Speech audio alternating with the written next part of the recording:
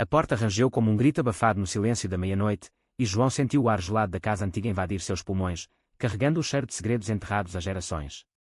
Ele havia chegado a Lisboa fugindo de um mundo que o rejeitava, apenas para herdar não uma herança, mas uma maldição disfarçada de lar, a casa dos ventos esquecidos, onde seu tio-avô, um homem que ninguém ousava mencionar em voz alta, havia vivido e morrido sozinho.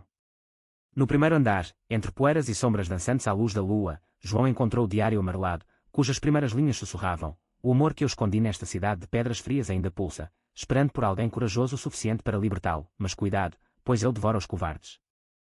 João fechou o diário com mãos trêmulas, o coração batendo como um tambor de guerra em seu peito. Aos 28 anos, ele era um arquiteto frustrado em São Paulo, onde a família o tolerava como uma mancha discreta em um tapete impecável. Seu pai, um banqueiro conservador, havia cortado laços financeiros quando João, aos 20, ousou trazer para casa um namorado efêmero. Você é uma vergonha para o nome da família, dissera o pai, os olhos frios como o Tejo no inverno. Agora, a morte solitária do tio-avô, um parente distante que João mal recordava de visitas infantis a Lisboa, trazia não só a casa, mas uma soma modesta o suficiente para ele recomeçar. Ele vendesse tudo no Brasil e partira, sonhando com ruas de calçada portuguesa e noites de fado que curassem feridas antigas.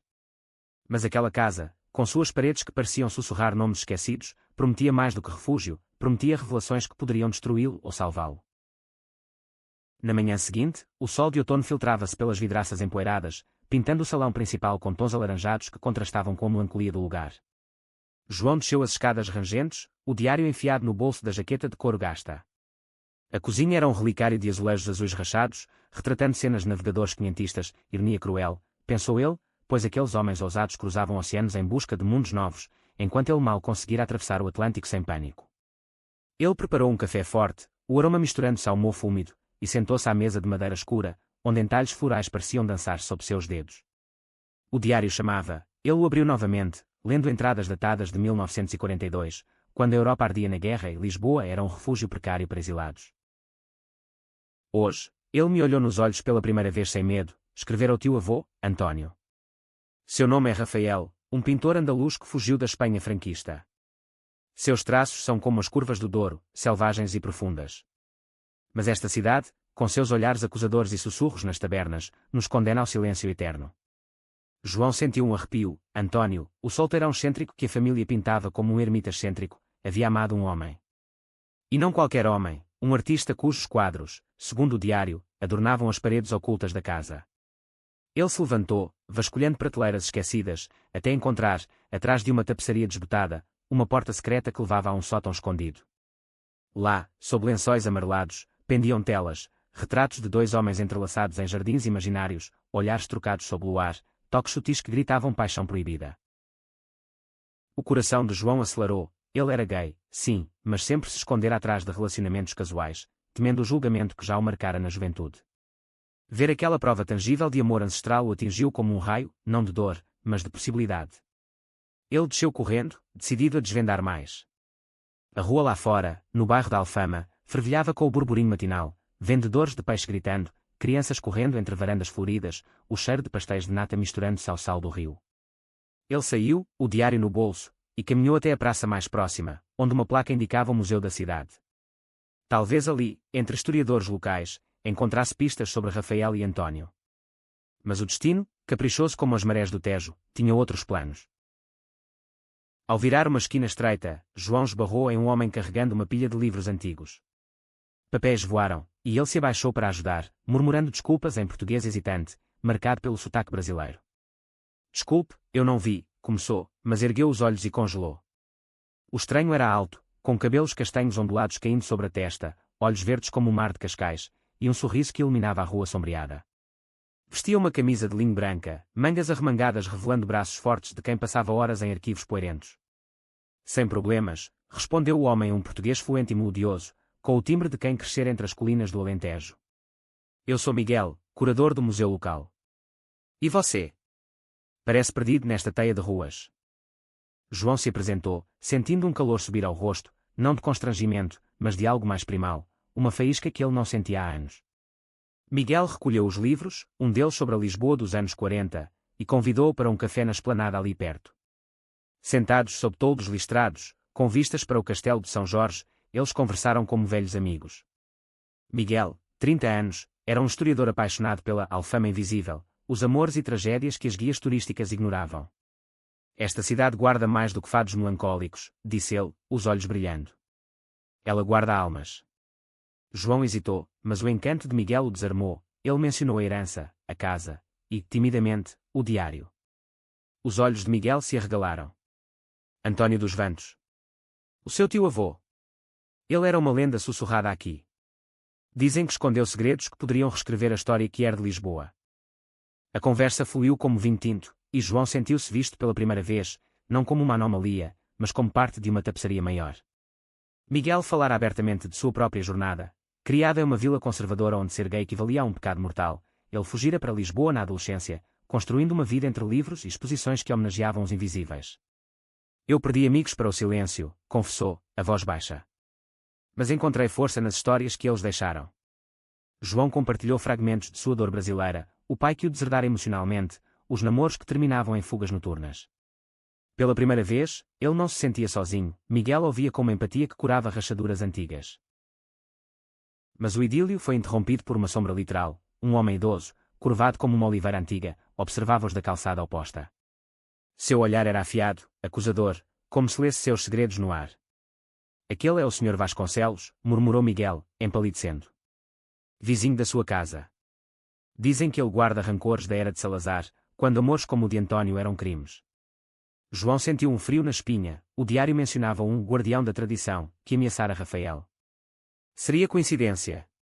Eles se despediram com um aperto de mãos que durou um segundo a mais, prometendo se encontrar no museu. João voltou à casa com o peito leve, mas ao cruzar a porta, encontrou uma carta enfiada sob o batente. Saia enquanto pode. Os vantos da casa levam almas para o esquecimento.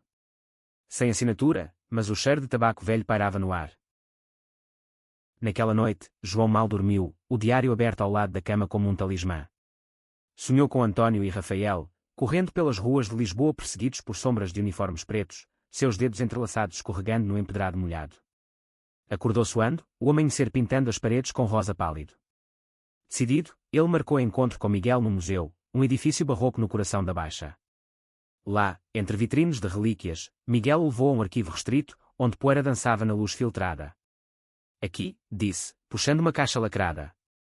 Dentro, cartas amareladas, fotos borradas de dois homens em um terraço com vista para o Tejo, sorrisos desafiadores apesar do medo. Rafael pintou Antônio como um herói mitológico, mas a família de Rafael o arrastou de volta à Espanha, forçando um casamento forçado. Antônio nunca se recuperou, dizem que enlouqueceu de saudade. João tocou uma foto, sentindo a eletricidade da história pulsar em suas veias. Eles se amavam de verdade, sussurrou. Miguel assentiu, seus ombros roçando os de João acidentalmente, ou não. Amor assim não morre, ele espera. Como nós, talvez. A tensão no ar era palpável, um fio esticado prestes a romper. Mas antes que pudessem explorar aquele momento, um barulho ecoou, passos pesados no corredor. O Sr. Vasconcelos irrompeu na sala, o rosto contorcido em fúria. Vocês, profanadores. Aquela casa não é para tipos como vocês. Antônio era um traidor, e seu legado deve queimar. Ele brandia um maço de papéis, cópias de documentos da era salazarista, rotulados como provas de degeneração. O confronto foi brutal. Miguel defendeu-se com palavras afiadas, citando leis modernas que protegiam identidades que era, mas Vasconcelos cuspiu veneno. Esta cidade esqueceu suas raízes. Eu vi o que homens como vocês fazem, destroem famílias, como o irmão de Antônio destruiu a dele ao denunciá-lo. Revelação chocante, o próprio irmão de Antônio, avô de João, havia traído o casal para preservar a honra familiar, levando Rafael à prisão espanhola e Antônio à solidão. João sentiu o mundo girar, sua herança era envenenada por traição sanguínea. Ele saiu correndo do museu, lágrimas quentes nos olhos, direto para a casa. Lá, trancou-se no sótão, abraçando as telas como se fossem amantes perdidos. Dias se passaram em um borrão de isolamento. João ignorava as chamadas de Miguel, o medo de repetir erros ancestrais paralisando-o. A cidade, outrora acolhedora, agora parecia uma armadilha de olhares e sussurros. Ele vagava pelas ruas à noite, ufadicando de bares escondidos como lamentos por sua própria alma partida. Em uma taberna na moraria, ele ouviu uma história de uma idosa. Antônio não enlouqueceu. Ele escreveu uma carta final para Rafael, escondida na casa, prometendo que o amor deles renasceria em outro. Esperança frágil, mas o suficiente para ele voltar ao diário. As últimas páginas revelavam um mapa codificado, linhas traçadas em tinta vermelha levando a um porão secreto sob a casa. Com mãos firmes, João escavou o chão de pedra, revelando uma caixa de madeira entalhada. Dentro, a carta de António: meu Rafael, se esta chegar a ti ou a quem vier depois, saiba que nosso amor foi o fogo que aqueceu esta cidade fria. Não deixe que o medo vença. Anexada, uma aliança de ouro simples, gravada com para sempre nos vantos. Lágrimas caíram enquanto João a segurava, era como se António falasse diretamente com ele, e quando sua própria luta contra o legado de silêncio. Mas o clímax se aproximava. Uma batida forte na porta o arrancou do transe. Miguel, olhos vermelhos de preocupação, entrara sem convite. Eu não vou embora, João. Não enquanto você carrega isso sozinho. Eles se confrontaram no salão, palavras voando como faíscas, João acusando de curiosidade mórbida, Miguel retrucando com vulnerabilidade crua. Eu me apaixonei por você no primeiro esbarrão, idiota. Não pela casa, mas pelo homem que a herda com coragem. Silêncio caiu, pesado como névoa do rio. Então, em um impulso, João estendeu a aliança. Leva-a. Ou melhor, divida comigo.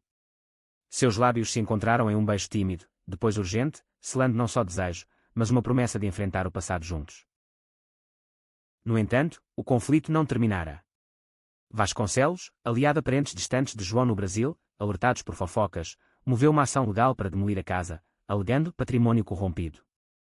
A notícia explodiu na imprensa local, herança que desafia tradições lisboetas. Manifestações surgiram, conservadores gritando contra a invasão moderna, enquanto ativistas se reuniam em solidariedade, bandeiras arco-íris tremulando na Praça do Comércio. João e Miguel tornaram-se o epicentro de uma tempestade midiática, suas histórias pessoais expostas como feridas abertas. A família de João, liderada pelo pai, enviou uma carta fria: volta ao Brasil e abandone essa loucura, ou perca-nos para sempre. O auge veio em uma audiência pública no tribunal da cidade, um salão de tetos altos e quando com vozes antigas. João subiu ao púlpito, o diário na mão, e leu trechos de António em voz alta, sua voz ganhando força a cada palavra. Esta casa não é pedra, é testemunha de amores que a ditadura tentou apagar. Demoli-la seria matar a alma de Lisboa. Miguel testemunhou ao lado, compartilhando arquivos que provavam a rede de silêncios impostos pelo regime. Vasconcelos, tremendo de raiva, gritou acusações, mas o juiz, uma mulher de meia-idade com olhos bondosos, silenciou: a história não pertence aos opressores, declarou ela. O verdito: a casa preservada, como monumento que é. Na calmaria pós-tempestade, João e Miguel restauraram a Casa dos Vantos, transformando-a em um centro cultural para histórias LGBTQ+. A família de João rachou, alguns se aproximaram, outros se afastaram, mas ele encontrou paz em uma carta reconciliadora da mãe. O amor deles cresceu devagar, entre noites de conversas sussurradas e caminhadas pelo Tejo, provando que o verdadeiro mistério da cidade antiga não era o passado, mas o futuro que se constrói sobre ele. E assim, os ventos da casa, outrora frios, sopravam agora quentes, carregando promessas de eternidade. João acordou com o sol filtrando pelas cortinas finas, o beijo da noite anterior ainda um formigamento nos lábios. Miguel dormia ao seu lado, o peito subindo e descendo em ritmo calmo, como se o mundo lá fora não existisse. Pela primeira vez desde a chegada, a casa parecia menos uma prisão e mais um santuário. Eles passaram o dia planejando a restauração, chamariam artesãos locais para consertar os azulejos, pintores para revitalizar as telas de Rafael. Vamos expor tudo, disse Miguel, traçando mapas na mesa da cozinha. Não esconder mais. João assentiu, mas uma sombra pairava, a audiência estava marcada para dali a uma semana, e Vasconcelos não descansaria. Enquanto Miguel saía para o museu, João explorou cantos esquecidos da casa. No porão, além da caixa, encontrou um baú trancado com uma chave enferrujada. Dentro, jornais amarelados de 1945, pintor espanhol morto em prisão de Franco, suspeita de traição amorosa. O coração de João se partiu, Rafael não sobrevivera ao exílio forçado. António escrevera uma elegia no diário, páginas rasgadas de dor. Eu o matei com meu silêncio, lamentava. João chorou pela primeira vez abertamente, o peso da culpa alheia misturando-se à sua própria. Como poderia amar Miguel sem repetir erros? Ele ligou para o pai no Brasil: voz trêmula, eu preciso que você entenda. Isso não é rebelião, é sobrevivência. A resposta foi um silêncio longo, seguido de um suspiro: talvez eu esteja errado, filho. Conte-me tudo. A semana voou em preparativos frenéticos.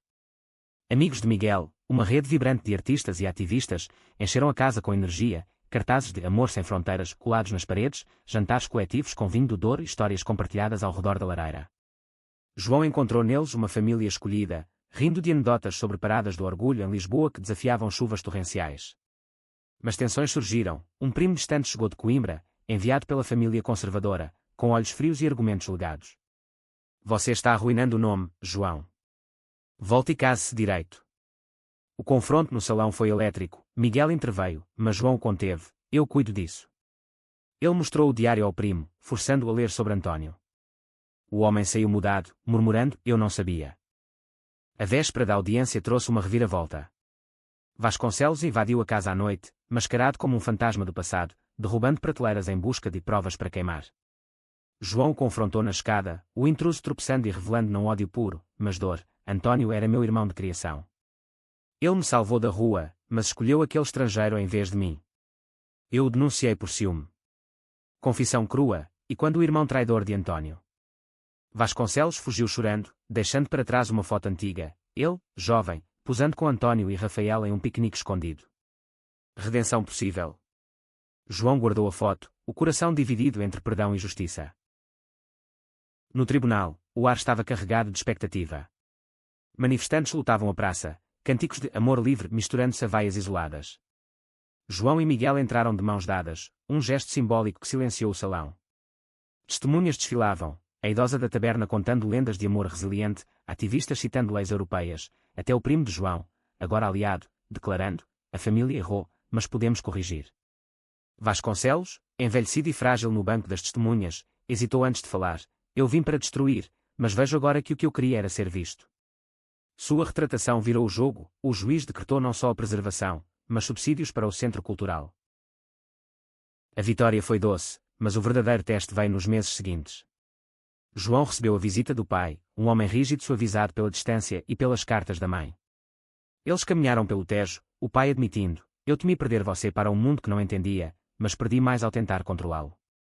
Abraço hesitante, mas real Miguel e João, agora inseparáveis, abriram o centro com uma exposição inaugural, Vantos do Amor Esquecido, lotada de visitantes emocionados.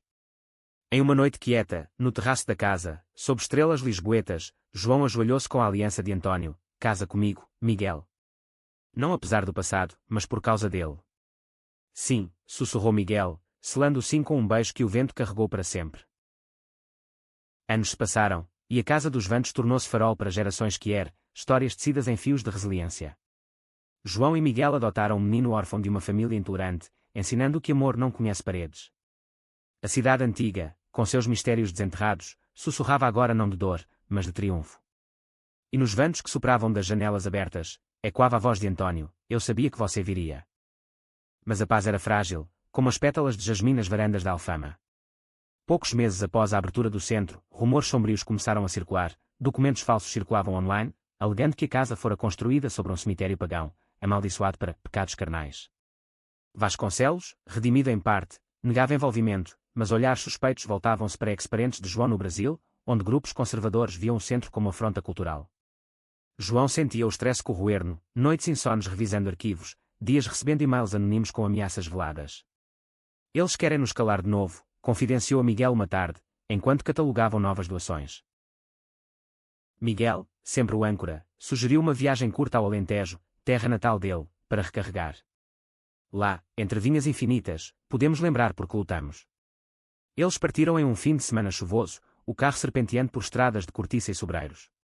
Na casa de pedra da família de Miguel, agora um refúgio acolhedor, graças à mãe viúva que abraçara o filho abertamente, eles caminharam por campos dourados, mãos entrelaçadas sem medo. A mãe de Miguel, Dona Rosa, preparou um banquete de migas e porco preto, interrogando João com olhos twinkling, você o faz feliz. Isso basta. Conversas à lareira revelaram mais sobre Miguel, a infância de isolamento, o primeiro beijo roubado em um festival de folclore, a fuga para Lisboa aos 17. A viagem curou feridas, mas trouxe novas. João recebeu uma ligação do pai durante o jantar. Seu primo está liderando uma petição contra o centro. Diz que é propaganda estrangeira. Raiva subiu, mas Miguel o conteve, enfrentamos juntos.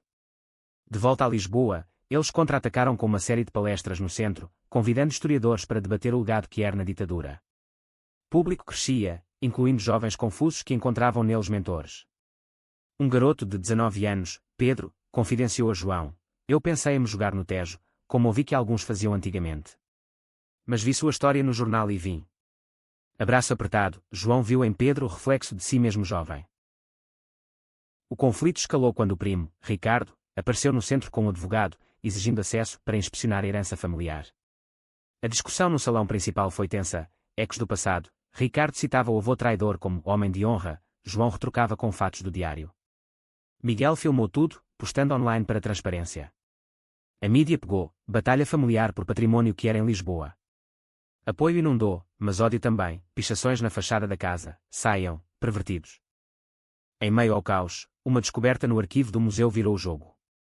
Miguel desenterrou cartas de Rafael, contrabandeadas da Espanha. Ele não morrera na prisão, mas fugira para o exílio em Paris, pintando sob pseudonimo. Uma obra final, Ventos de Lisboa, descrevia António como musa eterna. Eles rastrearam a tela até um leilão em Paris. João vendeu joias herdadas para comprá-la, trazendo-a de volta como peça central da exposição. A inauguração foi um triunfo, embaixadores culturais presentes, Pedro anunciando sua arte inspirada na história. Mas o ápice pessoal veio em uma crise. João, exausto, duvidou de tudo durante uma briga com Miguel. E se eu trouxer só dor para você? Miguel, ferido, respondeu, amor não é ausência de dor, é escolhê-la por algo maior. Reconciliação na chuva da Alfama, beijos sob guarda-chuvas quebrados, reafirmando votos. O primo Ricardo, confrontado com a tela de Rafael, quebrou. O avô me contou mentiras para justificar sua culpa. Ele se juntou ao centro como voluntário, ponto para reconciliação familiar. O pai de João visitou novamente, trazendo a mãe, jantar na casa Selofridas, com brindes ao futuro. Anos depois, com o centro florescendo, João e Miguel celebraram bodas de prata no terraço, Pedro agora curador assistente. A cidade antiga sussurrava aprovações nos ventos, provando que mistérios desvendados tecem legados de luz. A vida no centro pulsava com ritmos novos, oficinas de escrita para jovens exibições itinerantes pelo país, parcerias com escolas para educação inclusiva. João, agora fluente no português lusitano, liderava tours pela casa, narrando a saga de António e Rafael com paixão que cativava turistas e locais. Miguel publicara um livro, Amores nas Sombras do Tejo, best-seller que humanizava o passado reprimido. Mas sob a superfície, rachaduras apareciam, o stress de João manifestava-se em insonias, flashbacks de rejeições brasileiras. Eu sinto ele ainda, o pai que me cortou, confessou uma noite, enquanto varriam confetes de uma festa do orgulho. Para combater, eles adotaram rotinas, manhãs de yoga no jardim escondido da casa, tardes de caça a tesouros históricos nas ruas. Uma descoberta casual levou a um novo mistério. Em uma livraria antiga na Chiado, João encontrou um romance semi-autobiográfico de 1950, Ventos Proibidos, atribuído a um pseudonimo que batia com o de António. Páginas codificadas revelavam não só amor, mas uma rede underground que era em Lisboa pós-guerra, festas secretas em caves, códigos em fados, solidariedade entre exilados. Era uma resistência, exclamou Miguel, olhos brilhando. Eles mapearam locais, transformando o centro em hub de caminhadas históricas. Conflito irrompeu quando um jornalista sensacionalista publicou uma peça difamatória, Centro profana história sagrada. Acusações de falsificação de documentos, ligações vagas ao comunismo cultural. A petição de Ricardo ganhou tração online, forçando uma investigação oficial. João enfrentou interrogatório na polícia, coração disparado como em audiências passadas. Isso é perseguição, defendeu Miguel ao lado. A investigação limpou seus nomes, mas o dano estava feito, doações caíram, voluntários hesitaram. Em retaliação, eles organizaram um festival, Fados do Coração Escondido, com artistas contemporâneos reescrevendo letras antigas para incluir vozes Pedro estreou uma performance, dançando com sombras projetadas de António e Rafael. Público lotou a praça, aplausos e quando até o castelo. O jornalista, presente, escreveu retratação, admitindo viés. Internamente, tensões com a família persistiam. A mãe de João visitou sozinha, trazendo álbuns de família que omitiam António. Porquê? Perguntou ele. Medo, filho. Mas agora, eu vejo. Ela doou joias para o centro, gesto simbólico. O pai, relutante, enviou uma carta, estou tentando. Venha-me visitar. Viagem ao Brasil planejava-se, ponto frágil. Uma noite de tempestade trouxe clímax emocional, trovões sacudindo as janelas, João acordou gritando de pesadelo, revivendo traição do avô. Miguel o acalmou com histórias de sua avó lentejana, que escondera judeus na guerra, provando coragem familiar. Você carrega o melhor deles. Amanhecer trouxe arco-íris sobre o Tejo, símbolo de aliança renovada. Com o festival Sucesso, o centro expandiu, filial em Porto, colaborações com Madrid para homenagear Rafael. João e Miguel, pais de Pedro agora adolescente, navegavam paternidade com tropeços graciosos, conselhos sobre namoros, lições de história viva. A cidade, outrora guardiã de segredos, celebrava-os em murais de rua, vantos carregando canções de vitória. 10 anos após a herança, a Casa dos Vantos erguia-se como ícone lisboeta, sua fachada restaurada brilhando sob luzes LED que projetavam silhuetas de diamantes ancestrais à noite. João, grisalho nas têmporas, dirigia o centro com maestria, equilibrando burocracia e criatividade. Miguel, professor convidado na universidade, lecionava sobre narrativas que era na literatura portuguesa. Pedro, 15 agora, sonhava em ser cineasta, filmando documentários sobre sobreviventes da ditadura. A família expandira, 2 gatos resgatados, chamando António e Rafael, e visitas regulares da mãe de João, que aprendera fado para cantar nas noites temáticas. Mas o passado teimava em retornar. Uma carta anônima chegou: o verdadeiro segredo de António está no mosteiro de Mafra. Vá, ou perca tudo. Curiosidade picou, eles partiram em uma road trip, serpenteando pela estrada nacional com paradas em vilas adormecidas. Em Mafra, o vasto mosteiro barroco engoliu-os em labirintos de pedra. Um monge idoso, primo distante de Vasconcelos, falecido pacificamente anos antes, revelou um manuscrito, poemas de António dedicados a Rafael, escondidos na Biblioteca Real. Ele doou anonimamente, temendo a Inquisição tardia, explicou o monge. Versos de paixão crua, comparando beijos a tempestades atlânticas, enriqueceram a coleção. De volta, o achado inspirou uma nova exposição, Poesia nos Vantos. Lançamento coincidiu com o aniversário de João, surpresa de Miguel com leitura ao vivo por atores. Pedro filmou, capturando lágrimas e risos. Mas a alegria eclipsada por notícia: o pai de João, diagnosticado com câncer, pedia reconciliação final. Vou para cá, implorou a mãe. João hesitou, medos antigos ressurgindo, mas Miguel o empurrou: vá. O amor vence até a morte. No Brasil, o reencontro foi agridoce. Hospital Arejado em São Paulo, pai fraco mas olhos claros. Eu fui covarde, admitiu ele, apertando a mão de João. Mas você me ensinou coragem. Histórias fluíram, o avô, atormentado por culpa, legara a casa como redenção silenciosa. Pai prometeu legado para o centro. João voltou transformado, organizando o webinar transatlântico sobre diásporas queer. Conflitos menores persistiam, debates no centro sobre inclusão interseccional, com vozes trans e imigrantes pedindo mais espaço. João e Miguel escutaram, adaptando programas. Pedro, namorando um garoto do bairro, trouxe lições frescas de aceitação jovem. Em uma primavera florida, eles renovaram votos no jardim da casa, círculo íntimo de amigos e família. Vantos suaves carregaram pétalas, e quando a provação ancestral. A cidade antiga, com seus mistérios exaustos, cedia espaço para futuros ilimitados. 20 anos após aquela porta rangente, João sentava no terraço da Casa dos Vantos, agora um oásis urbano com jardim vertical e café queer-friendly. Aos 48, ele era avô honorário de sobrinhos de Pedro, que dirigia um estúdio de cinema independente. Miguel, aposentado da academia, escrevia memórias, de escondidos a heróis. O centro formara alianças globais, de São Francisco a Berlim, compartilhando arquivos digitalizados de António. Reflexões vinham em ondas. Ele visitava o túmulo de Vasconcelos anualmente, deixando flores, perdão completo. A família brasileira, unida após a morte do pai, doava anualmente. Pedro casara sem cerimônia no centro, ciclo completo. Um último mistério surgiu: uma neta de Rafael, de Paris, contatou-os com diários complementares. Encontro emocionante reuniu linhagens, sendo tapeçaria transfronteiriça. Exposição conjunta viajou a Madrid, honrando o pintor. João e Miguel, cabelos prateados, passeavam pelo Tejo ao pôr do sol, mãos envelhecidas entrelaçadas. Nós libertamos os vantos, murmurou João. E eles nos libertaram. A cidade sussurrava de volta, eterna guardiã de amores resilientes.